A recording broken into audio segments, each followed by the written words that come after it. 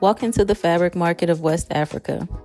The air is warm, full of sound. Color surrounds you. Cloth hangs high above each stall, bold patterns moving like stories in the wind.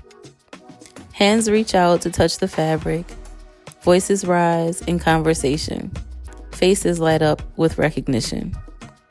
Here, textiles are not just decoration. They are identity, celebration, memory. Years ago, I opened Ankara fabric on my own sewing table. The colors were bold, the patterns were fearless, and I remember laying it out and thinking, this fabric doesn't whisper, it speaks. Ankara is known for its bright wax prints. The technique began in Indonesia, traveled through Europe, and found deep roots in West Africa. African designers transformed it. They infused it with local colors, symbols, and meaning. Today, Ankara is worn at weddings, festivals, church services, and in everyday life. It's joyful, confident, and proud. When I made my Ankara bag on my channel, I could feel the boldness. The print carried energy. As a maker, you learn something important when you work with fabric like that. You don't try to control it. You let it lead. But not all African textiles speak loudly.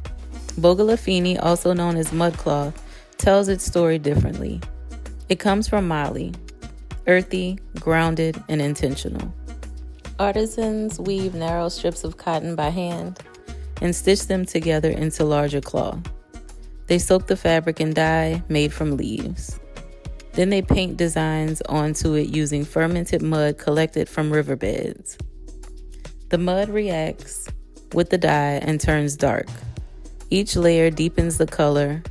Each mark is placed slowly. When I worked with mudcloth on my channel, it felt completely different from Ankara. It was heavier, quieter. The texture forced me to slow down, to respect the material, to be patient with every seam. Mudcloth does not rush, and neither should the maker. Across West Africa, symbols also carry meaning through cloth. Adinkra symbols from Ghana are small, elegant signs filled with wisdom. One symbol is Sankofa, a bird that looks backwards while moving forward. It reminds us to learn from the past to build a better future. Another is Gai, Nyami, meaning except for God, a symbol of faith and spiritual strength. These symbols once appeared on cloth worn by kings and spiritual leaders. The fabric itself became a scroll of wisdom.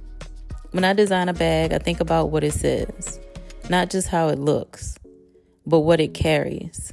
As an African American woman, my connection to Africa is layered, but creativity, that has always been a part of our inheritance. When I look back at the Ankara and mudcloth bags I've made over the years, I see more than just projects. I see influence. I see inspiration. I see a quiet thread connecting past and present. Modern handmade design draws from this rich textile language. We make bags. We create pieces for everyday life. We bring pattern and texture into new spaces.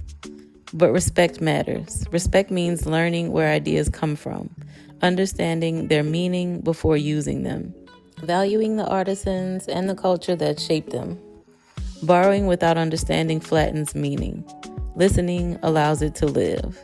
If you look closely at fabric, you can see the human hand. You see individual threads, pools of dye, tiny imperfections that prove someone cared enough to make it slowly. Textile is living language. It changes with each generation, but it stays rooted in its place of origin. From a market in West Africa to a sewing room on my channel, the story continues, and I'm grateful to stitch a small part of it.